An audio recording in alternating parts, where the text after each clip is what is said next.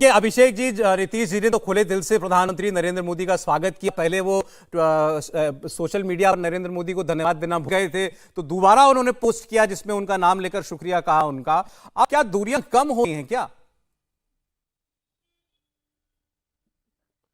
देखिए, राजनीति में कोई व्यक्तिगत और निजी दूरियां नहीं होती हैं सौरभ जी। सबसे पहले तो यह बहुत खुशी की बात है कि जननायक कर्पूरी ठाकुर जी को भारत रत्न देने का फैसला केंद्र की सरकार करती है। नीतीश कुमार जी ने लंबे समय तक उनके साथ काम किया, उनके विचारों को आत्मसात किया, उनकी विचारधारा को आगे बढ़ाया। और यह बताने के लिए काफी है कि कर्पूरी ठाकुर जी के सुपुत्र श्री रामनाथ ठाकुर जी हमारी पार्टी से सांसद हैं, राज्यसभा में दल के नेता हैं और उनके परिवारजनों का भी समर्थन नीतीश कुमार जी को मिलता है।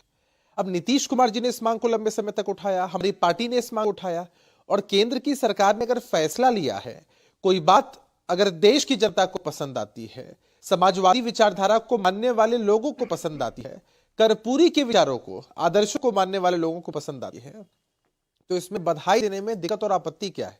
देखिए, राजनीति में हम एक दूसरे की नीतियों का विरोध करते हैं, विचारधारा का विरोध करते हैं, लेकिन जब कोई काम देश के हित होता है, बेहतर होता है, बढ़िया होता है, तो प्रशंसा करने में, बधाई देने में, धन्यवाद ज्ञापित करने में आपत्ति कहां है? अब लोग इसके राजनीतिक मायने निकालने में लगे हैं सौरभ जी, ये उनका विषय हो सकता है। नीतीश कुमार जी मजबूती के साथ इंडिया अलायंस के फॉर्मेट में अपनी सहभागिता निभाते हैं और वो एक अलग विषय है, लेकिन इसका ये मतलब नहीं है कि केंद्र की सरकार अगर इस तरह के फैसलों को लेती है जिससे हम सब हर्षित और प्रफुल्लित होते हैं।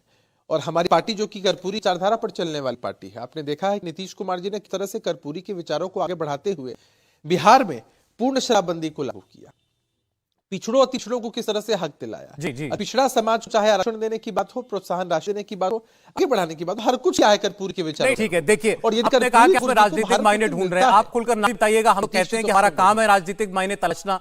अच्छा, हम नहीं भी कहते कि उन्होंने मोदी जी धन्यवाद किया, आप कह रहे हैं केंद्र ने अच्छा काम किया, हम स्वागत किया, लेकिन फिर वो मंच से कह रहे हैं कि आजकल तो लोग अपने परिवार को आगे बढ़ाता है। कौन बढ़ा रहा है परिवार में आगे? सब जानते हैं ना, लालू जी के बेटे उनकी सरकार में उप मुख्यमंत्री इनके लिए कह रहे थे।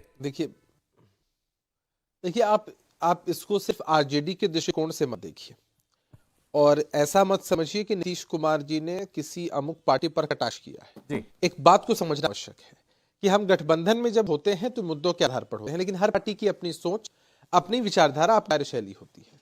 हमारी पार्टी में वंशवाद और परिवारवाद नहीं है, डायनेस्टी पॉलिटिक्स नहीं है और फैमिली पॉलिटिक्स भी नहीं है। और ये बातें नीतीश कुमार जी ने बहुत साफ तौर पर बिना किसी गुरेज के हमेशा कही है। और हर पार्टी अपने हिसाब से काम करती है, हर पार्टी के पास अपने लॉजिक्स हैं, अपनी बातें हैं। ठीक है, तो हम अगर अपनी बात कहते हैं और वो परसेप्शन किसी के खिलाफ जा रहा है, मीडिया के लोग उसको बना रहे हैं या आमजन सवाल उस पर उठा रहे हैं, वो एक अलग विषय है। हमारे लिए महत्वपूर्ण क्या है? हमारे लिए महत्वपूर्ण यह है कि हमारी पार्टी की सोच विचारधारा क्या है। हमारी पार्टी में आंतरिक, आपने कहा इंडिया गठबंधन की नींव रखने वाले नीतीश कुमार हैं, अभी भी वो नींव का पत्थर डटा हुआ है इंडिया गठबंधन के अंदर। फिर क्योंकि साथ में आपने ये भी कहा कि कोई निजी दूरी नहीं है हमारी नरेंद्र मोदी से। नहीं, किसी से भी नहीं है ना। नरेंद्र मोदी जी से ही क्यों?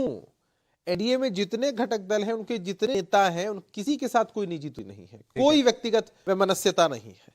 भाई, हम नीतियों के हिसाब से चुनाव में जाते हैं, जनता के बीच जाते हैं, अपनी बातों को कहते और रखते हैं।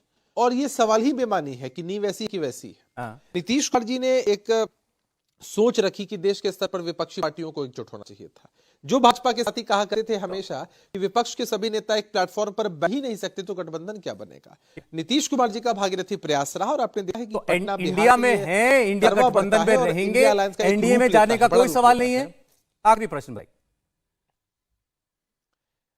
देखिए सौरभ जी, आप एक्टिव वॉइस में सवाल पूछें, पैसिव वॉइस में सवाल पूछें, फ्यूचर टेंस में पूछें, पास्ट टेंस पूछें, सवाल पूछना तो आपका अधिकार है और आप बहुत प्रखर एक एंकर के रूप में देश में जाते हैं और आप सवाल पूछेंगे। भाई, हम वर्तमान में आपको जवाब दे रहे हैं कि मजबूती के साथ हम इंडिया अलायंस में हैं और हमारी इच्छा है कि इंडिया अलायंस के सभी साथी समन्वय बनाकर सभी प्रदेशों में चुनाव लड़े और मजबूती से जीते।